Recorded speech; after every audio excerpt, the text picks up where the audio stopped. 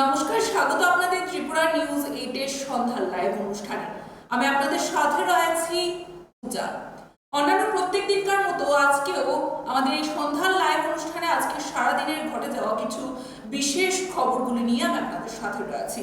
আমরা আপনাদের সামনে তুলে ধরার চেষ্টা করব আজকের দিনে দাঁড়িয়ে যে বিশেষ আপডেটসগুলো রয়েছে, তাছাড়াও এই মুহূর্তে যে বিশেষ আপডেটসটি আমাদের কাছে উঠে এসেছে তা নিয়ে আমরা বিশেষত আপনাদের কাছে তুলে ধরার চেষ্টা করব। তার পাশাপাশি আপনাদের জানিয়ে রাখবো আমাদের ফোন ইন নাম্বার এবং তার পাশাপাশি জানিয়ে রাখবো আমাদের কমেন্ট সেকশন একেবারে উন্মুক্ত রয়েছে, সেখানে আপনারা আপনাদের নিজস্ব মতামত তুলে ধরতে পারেন। এবারে আজকের দিনে যে বিশেষ বিষয়টি রয়েছে ইতিমধ্যে আপনাদের জানিয়ে রাখাটা অনেকটাই জরুরি। সেটি হচ্ছে ইতিমধ্যে আপনারা স্ক্রিনে দেখতে পাবেন আমরা একটি নোটিশ বা একটি নোটিফিকেশন তুলে ধরার চেষ্টা করছি এবং সেখানে আপনারা দেখতে পাচ্ছেন ইতিমধ্যে একটি বিশেষ নির্দেশিকা জারি করে দেওয়া হয়েছে গভর্নমেন্ট অফ ত্রিপুরার পক্ষ থেকে। আমরা যে বিষয়টি আপনাদের দেখানোর চেষ্টা করছি এডুকেশন ডিপার্টমেন্টের তরফ থেকে, এবং তার পাশাপাশি গভর্নমেন্ট অফ ত্রিপুরা ইতিমধ্যে একটি বিশেষ নোটিশ জারি করেছেন এবং সেই নোটিশের মাধ্যমে তুলে ধরা হয়েছে যে স্কুলগুলি গভর্নমেন্ট স্কুল রয়েছে, তাছাড়াও গভর্নমেন্ট এডেড যে স্কুলগুলো রয়েছে, এছাড়াও যদি আমরা বলি টিটিডি এএডিসির আন্ডারে যে স্কুলগুলি রয়েছে এবং প্রাইভেটলি ম্যানেজ যে স্কুলগুলো রয়েছে সেই স্কুলগুলো ইতিমধ্যে বন্ধ ছিল। আমরা প্রত্যেকেই জানি সেখানে একটা সময়সীমা দিয়ে দেওয়া হয়েছিল 24 এপ্রিল থেকে 27 এপ্রিল পর্যন্ত। এবারে তার সময়সীমা আরো বৃদ্ধি করা হলো। আপনাদের জানিয়ে রাখার আমরা চেষ্টা করব আজ 28 তারিখ রয়েছে, 29 এপ্রিল থেকে অর্থাৎ আগামীকাল থেকে আবারও 1 তারিখ পর্যন্ত বন্ধ থাকছে সমস্ত স্কুল। আপনাদের স্পষ্টত আমরা জানিয়ে রাখার চেষ্টা করব স্কুল যেগুলো রয়েছে গভর্নমেন্ট এডেড যে স্কুলগুলো রয়েছে এবং টিটি এডিসির আন্ডারে যে স্কুলগুলো রয়েছে, তার পাশাপাশি যদি আমরা বলি প্রাইভেট ম্যানেজড যে স্কুলগুলো রয়েছে সমস্ত স্কুল আবারও সোমবার থেকে অর্থাৎ আজ রবিবার রয়েছে আগামীকাল থেকে 1 তারিখ পর্যন্ত বন্ধ থাকছে। গরম যে তাপ প্রবাহ রয়েছে, বর্তমানে যে তাপ প্রবাহ যা দিনের পর দিন বাড়তির দিকে রয়েছে, তার উপর কেন্দ্র করে ছোট ছোট বাচ্চারা স্কুলে যায় এবং সেই ছোট ছোট স্কুলের বাচ্চাদের কথা মাথায় রেখে রীতিমতো আমরা আপনাদের দেখানোর চেষ্টা করছি যে 29 তারিখ থেকে 1 তারিখ পর্যন্ত স্কুল বন্ধ থাকবে। আমরা আপনাদের সরাসরি দেখানোর চেষ্টা করছি ত্রিপুরা নিউজ 8 এই মুহূর্তে আপনারা দেখতে পাচ্ছেন 29 তারিখ থেকে 1 তারিখ পর্যন্ত স্কুল বন্ধ থাকছে এবং সেখানে কি কি স্কুল বন্ধ থাকছে, গভর্নমেন্ট স্কুল বন্ধ থাকছে, টিটি এডিসির আন্ডারে যে স্কুলগুলো রয়েছে সেগুলো বন্ধ থাকছে, প্রাইভেট ম্যানেজড স্কুলগুলি বন্ধ থাকছে। প্রত্যেকের মধ্যে একটা বিভ্রান্তি থাকে যে কলেজও বন্ধ থাকতে পারে, কেননা অনেকে বলে থাকে যে সমস্ত শিক্ষা প্রতিষ্ঠান বলাতে অনেকে বিভ্রান্তিতে পড়ে যায় যে কলেজও নাকি বন্ধ, কিন্তু সেখানে আপনাদের জানিয়ে রাখবো কলেজ বন্ধ দেওয়ার এখনো পর্যন্ত কোনো ধরনের নোটিফিকেশন নেই বা নোটিশ জারি করা হয়নি গভর্নমেন্ট অফ ত্রিপুরার পক্ষ থেকে। ইতিমধ্যে জানিয়ে দেওয়া হয়েছে যে স্কুলগুলি ইতিমধ্যে আমরা দেখতে পাই 24 তারিখ থেকে 27 তারিখ অর্থাৎ গতকাল শনিবার পর্যন্ত বন্ধ ছিল, সেখানে আজকে রবিবার রয়েছে আবারও আগামীকাল অর্থাৎ 29 তারিখ থেকে 1 তারিখ পর্যন্ত সেই স্কুলগুলিকে অর্থাৎ স্কুলগুলি যেগুলো রয়েছে গভর্নমেন্টের আন্ডারে হোক, প্রাইভেট ম্যানেজের হোক বা সেখানে টিটিএডিসির আন্ডারে হোক না কেন, সমস্ত স্কুল বন্ধ থাকছে 1 তারিখ পর্যন্ত। এবারে আমরা আপনাদের সেই নোটিফিকেশন তুলে ধরার চেষ্টা করেছি। পরবর্তীতে আমরা যে বিষয়টি আলোচনা করার চেষ্টা করব, ইতিমধ্যেই আমরা দেখতে পাচ্ছি প্রচন্ড তাপ প্রবাহ রয়েছে এবং তাপ প্রবাহ এতটাই বৃদ্ধি রয়েছে যে আবহাওয়া দপ্তর থেকেও বর্তমানে আবহাওয়া সংক্রান্ত বিষয়ে বিশেষ কিছু নির্দেশিকা জারি করে দেওয়া হয়েছে। কিছু সতর্কতা মেনে চলতে হবে, প্রত্যেককে প্রয়োজন ছাড়া ঘর থেকে বেরোতে না করে দেওয়া হয়েছে, বারণ করে দেওয়া হয়েছে। অজ্ঞতা যদি বেরোতেই হয় অনেকটাই প্রয়োজন, তবে সেখানে বিশেষ কিছু নির্দেশিকা পালন করার জন্য বলা হয়েছে। বিশেষত আমরা দেখতে পাই জল পান করতে বলা হচ্ছে অতিরিক্ত পরিমাণে, যা আমরা স্বাভাবিক সময়ে খেয়ে থাকি তার তুলনায় বেশি পান করতে বলা হচ্ছে জল, এবং সুতির হালকা সুতির জামা কাপড় পরিধান করতে বলা হয়েছিল। তাছাড়াও কৃষকদের জন্য বিশেষ কিছু নির্দেশিকা ছিল, যারা গবাদি পশু পালন করেন তাদের জন্য বিশেষ কিছু নির্দেশিকা ছিল, সেগুলো আমরা এক পর্বে আপনাদের সামনে তুলে ধরেছি। এবার সেখানে দাঁড়িয়ে আজকে যদি আমরা বলি, ইতিমধ্যে আমরা দেখতে পাচ্ছি কমলা সাগর যে বিধানসভার অন্তর্গত যে সামনে তুলে ধরার চেষ্টা করব যে মধুপুর বাজার রয়েছে, সেই মধুপুর বাজারে আজ পথ চলতি সাধারণ যে মানুষরা রয়েছে তাদের মধ্যে ঠান্ডা পানীয় জল এবং শরবত বিতরণ করা হয়। এমন একটি অনুষ্ঠানের আয়োজন করা হয়। সেখানকার কমলা সাগরের যে যুব মোর্চার নেতৃত্বরা রয়েছে বা যারা কর্মীরা রয়েছে, তারা বিশেষত রাস্তার পাশে যারা পথ চলতি সাধারণ জনগণ রয়েছেন তাদের স্বাভাবিক জীবনযাপন চলার পাশাপাশি রাস্তার পাশে যারা রয়েছেন, যারা পথ চলতি জনগণ রয়েছেন, তাদের প্রত্যেককে যারা যুব মোর্চার নেতৃত্বরা রয়েছেন বা কর্মীরা রয়েছেন কমলা সাগরে, বিশেষত মধুপুর বাজারে তাদেরকে আজ ঠান্ডা জল ও শরবত পানীয় দেওয়া হয় কিছুটা স্বস্তি দেওয়ার জন্য। কেননা এতটাই দাবদাহ রয়েছে এবং গরমকে কেউই উপেক্ষা করতে পারছে না, এবং সেখানে দাঁড়িয়ে কিছুটা স্বস্তি দেওয়ার জন্য কিন্তু এমন একটি প্রয়াস ছিল যুব মোর্চার, অর্থাৎ কমলা সাগর যুব মোর্চার যারা কর্মীরা রয়েছে তাদের। কি বলছেন তারা আমরা আপনাদের দেখানোর চেষ্টা করব। আজকে আমরা কমলাসাগর বিধানসভা অন্তর্গত এবং কমলাসাগর মণ্ডল স্থিত মধুপুর বাজারে আমরা ভারতীয় জনতা পার্টির যুব কার্যকর্তা সকলে মিলে এই প্রচণ্ড যে গরম চলছে সেই গ্রীষ্মের তাপপ্রবাহ থেকে সবাইকে রক্ষা করার স্বার্থে এবং তৃষ্ণা মেটানোর জন্য সবাইকে আমরা অল্প সামান্য পানীয় জলের ব্যবস্থা করেছি। এই পথ চলতি মানুষদের আমরা সকল যুবক ভাইরা মিলে ঠান্ডা পানীয় জল আমরা বিতরণ করছি। এই কাজে আমাদের সবাই স্বতঃস্ফূর্তভাবে সাড়া দিচ্ছেন। তার জন্য আমরা আমাদের ভারতীয় জনতা পার্টির পক্ষ থেকে এবং কমলাসাগর মণ্ডলের পক্ষ থেকে আন্তরিক অভিনন্দন এবং শুভেচ্ছা জানাচ্ছি সকল এই কমলাসাগরবাসী। আজকে আমরা কমলাসাগর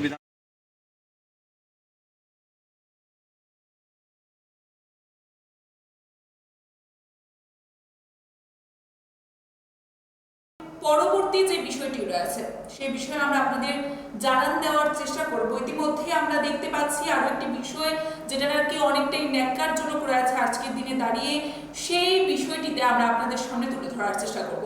ইতিমধ্যে আমরা আপনাদের দেখানোর চেষ্টা করেছি যে কমলা সাগরে দাবদাহ, প্রচন্ড দাবদাহ হওয়ার কারণে সেখানে কিন্তু বিশেষ পদক্ষেপ গ্রহণ করেছেন কমলা সাগর যুব মোর্চার যারা নেতৃত্বরা রয়েছেন বা যারা কর্মীরা রয়েছেন।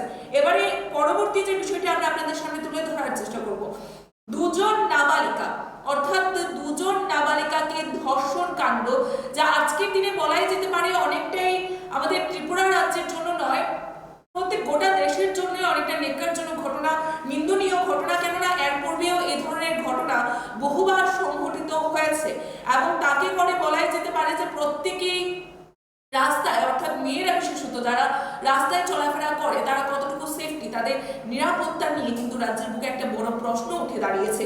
এবারে কিন্তু দুজন নাবালিকা, একজন নয় দুজন নাবালিকা গণধর্ষণ মামলা রয়েছে এবং তাতে গ্রেফতার করতে সক্ষম হয়েছে 3 জনকে, এবং গ্রেফতার করতে সক্ষম হয়েছে শ্রীনগর থানার পুলিশ। আপনাদের জানিয়ে রাখার চেষ্টা করব মোট 7 জনের বিরুদ্ধে মামলা দায়ের করা হয়েছিল, তার মধ্যে 3 জন নাবালক এবং 4 জন সাবালক ছিল, এবং এর মধ্যে শ্রীনগর থানার পুলিশ ইতিমধ্যে 3 জনকে গ্রেফতার করতে সক্ষম হয় এবং আমাদের সেখানে আর্জি থাকবে বিশেষ করে তাদের জন্য কঠোর থেকে কঠোরতম শাস্তি প্রদান করা হয়, যাতে করে আগামী দিনে এ ধরনের ঘটনা সংঘটিত করার আগে প্রত্যেকের জন্য একবার হলেও চিন্তা ভাবনা করেন, এ ধরনের যেন একটি দৃষ্টান্ত স্থাপন করেন ত্রিপুরা প্রশাসনিক আধিকারিকরা, সেটাই আমাদের আর্জি থাকবে। তার পাশাপাশি কি বলছেন প্রশাসনিক আধিকারিকের বিষয়টিতে আমরা দেখানোর চেষ্টা করব।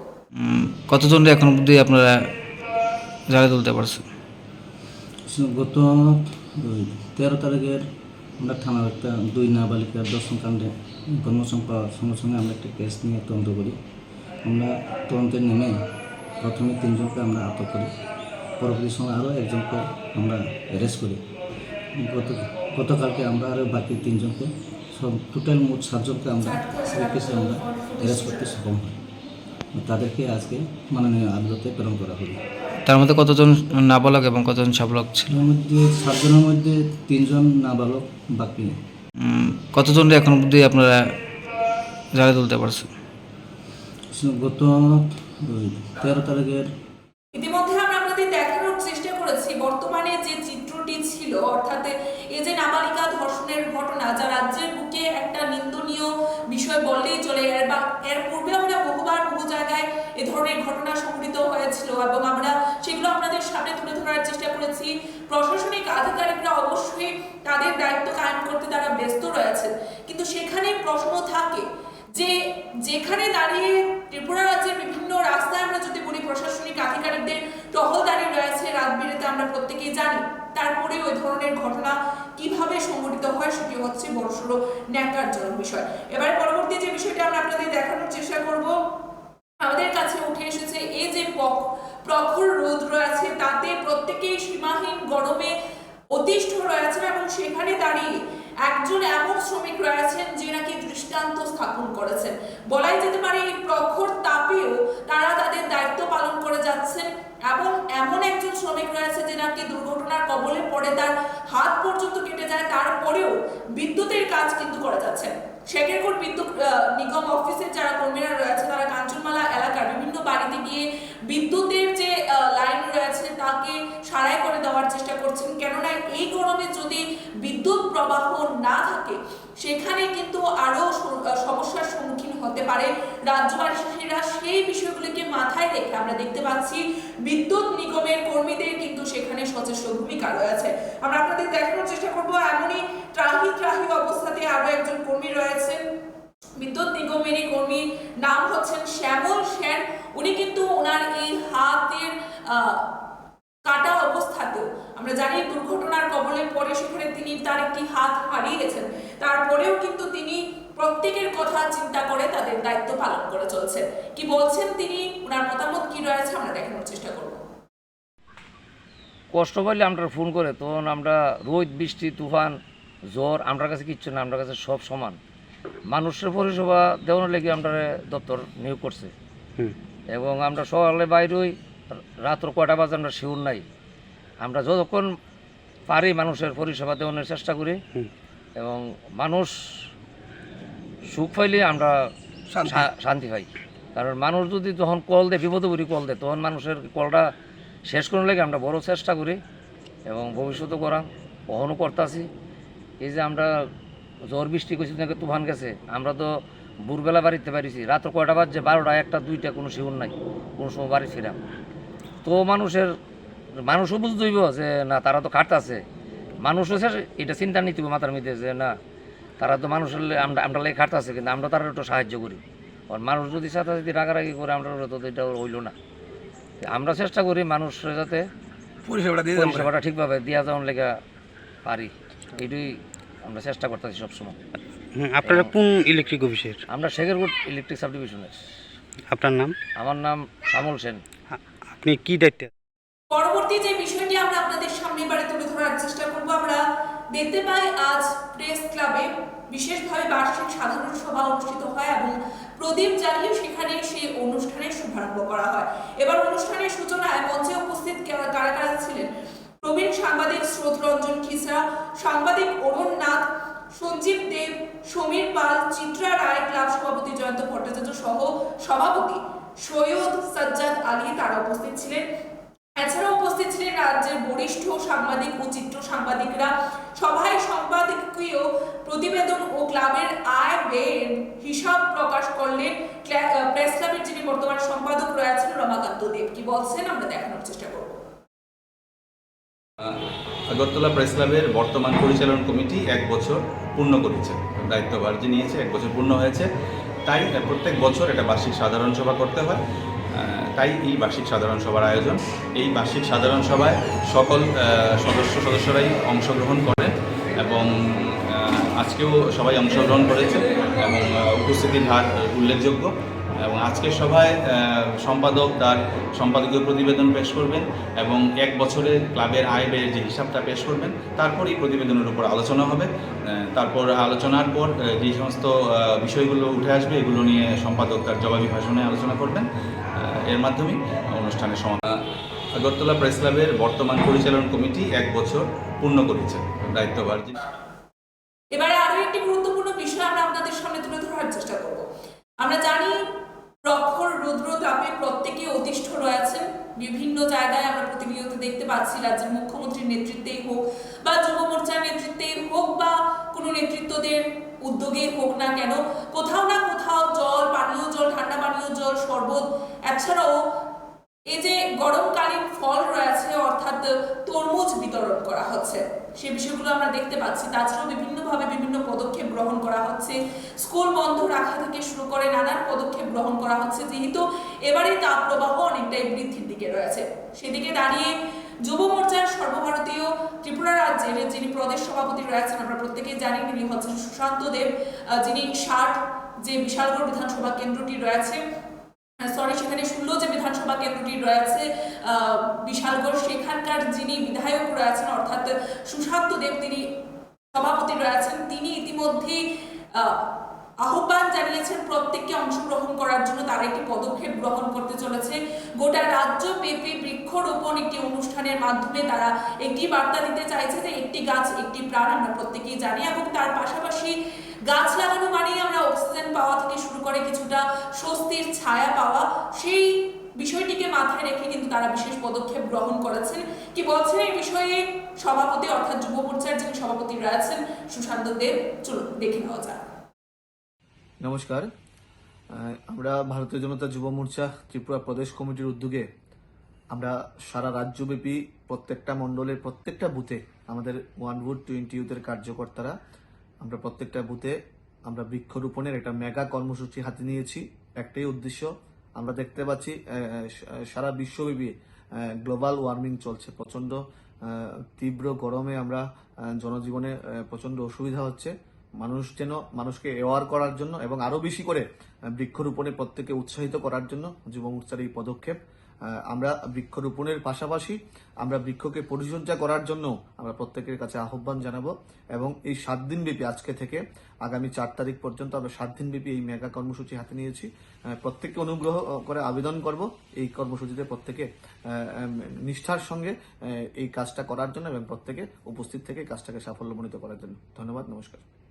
নমস্কার, আমরা ভারতীয় জনতা যুব মোর্চা ত্রিপুরা প্রদেশ কমিটির উদ্যোগে আমরা সারা রাজ্যব্যাপী প্রত্যেকটা মণ্ডলের প্রত্যেকটা বুথে আমাদের 1 Vote 20 ইউথের কার্যকর্তারা আমরা প্রত্যেকটা বুথে আমরা বৃক্ষরোপণের একটা মেগা কর্মসূচি হাতে নিয়েছি। একটাই উদ্দেশ্য, আমরা দেখতে পাচ্ছি সারা বিশ্বব্যাপী গ্লোবাল ওয়ার্মিং চলছে, প্রচণ্ড তীব্র গরমে আমরা জনজীবনে প্রচণ্ড অসুবিধা হচ্ছে। মানুষকে অ্যাওয়ার করার জন্য এবং আরো বেশি করে বৃক্ষরোপণে প্রত্যেককে উৎসাহিত করার জন্য যুব মোর্চার এই পদক্ষেপ।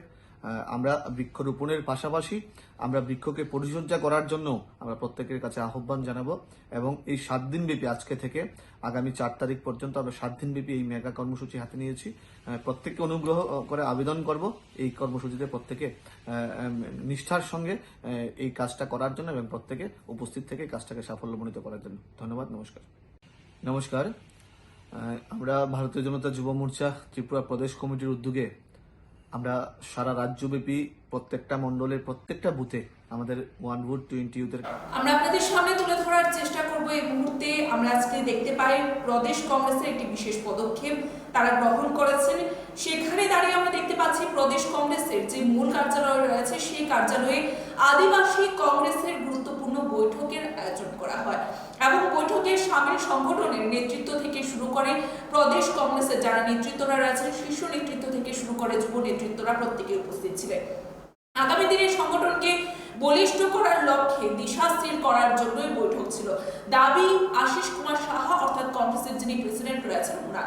তাছাড়াও প্রদেশ কংগ্রেসের উদ্যোগে পোস্ট অফিস চৌমুহনী মূল কার্যালয়ে আদিবাসী কংগ্রেস সম্পর্কিত এক গুরুত্বপূর্ণ বৈঠক অনুষ্ঠিত করা হয়। সেখানে শ্রদ্ধা জ্ঞাপন করতেও আমরা দেখতে পাই। কি রয়েছে তাদের আজকের দিনের এই বিশেষ কর্মসূচি এবং তার পাশাপাশি নেতৃত্বরা কি বলছেন এই বিষয়ে আমরা দেখানোর চেষ্টা করব। আমাদের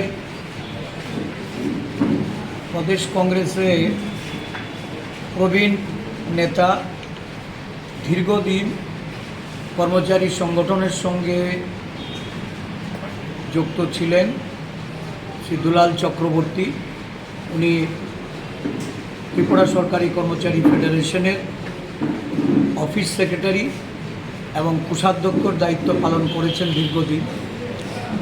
ওনার অকাল প্রয়াণে আমাদের প্রদেশ কংগ্রেসের পক্ষ থেকে আজকে এক স্মরণ সভার মধ্য দিয়ে ওনাদের প্রতি শ্রদ্ধাঞ্জলি অর্পণ করা হয়। ঠিক গ্রামীণ ব্যাংক অফিসার্স অ্যাসোসিয়েশন জাতীয়তাবাদী সংগঠন এই সংগঠনের সভাপতি ভবানন্দ মজুমদার উনি পরলোক গমন করেন। ওনার বিদেহী আত্মার প্রতি সদ্গতি কামনা করে আজকে ত্রিপুরা প্রদেশ কংগ্রেসের পক্ষ থেকে আমাদের প্রধান কার্যালয়ে ওনাদের স্মৃতি তর্পণ করা হয়। এই দুজনের পরিবার পরিজনদের প্রতি আমরা প্রদেশ কংগ্রেসের পক্ষ থেকে সমবেদনা জ্ঞাপন করছি এবং ওনাদের দীর্ঘ কর্মজীবনে জাতীয় কংগ্রেসের একজন জাতীয়তাবাদী। আমরা দেখানোর চেষ্টা করেছি আজকে সারাদিনের বাছাই করা কিছু গুরুত্বপূর্ণ সংবাদ। আমরা তুলে ধরার চেষ্টা করেছি প্রথমত যে তাপ প্রবাহের কারণ যে পদক্ষেপগুলো গ্রহণ করা হচ্ছে গোটা রাজ্য জুড়ে, তাছাড়াও ধর্ষণের মতো ন্যাক্কারজনক ঘটনা, তাছাড়াও আমরা যদি বলি বিদ্যুৎ প্রবাহ থেকে শুরু করে প্রেস ক্লাবের আজ বর্ষপূর্তি ছিল এবং তার পাশাপাশি যুব মোর্চার একটি বিশেষ বার্তা এবং আমরা কংগ্রেসের যে বিশেষ উদ্যোগ সেগুলো আমরা আপনাদের সামনে তুলে ধরার চেষ্টা করেছি। আর সারাদিনের বিশেষ বিশেষ আপডেটস নিয়ে আমি আপনাদের সাথে ছিলাম এতক্ষণ পর্যন্ত। আগামীকাল ঠিক একই সময় থাকবো, ততক্ষণ পর্যন্ত দেখতে থাকুন, চোখ রাখুন ত্রিপুরা নিউজ 8 এর পর্দায়। নমস্কার।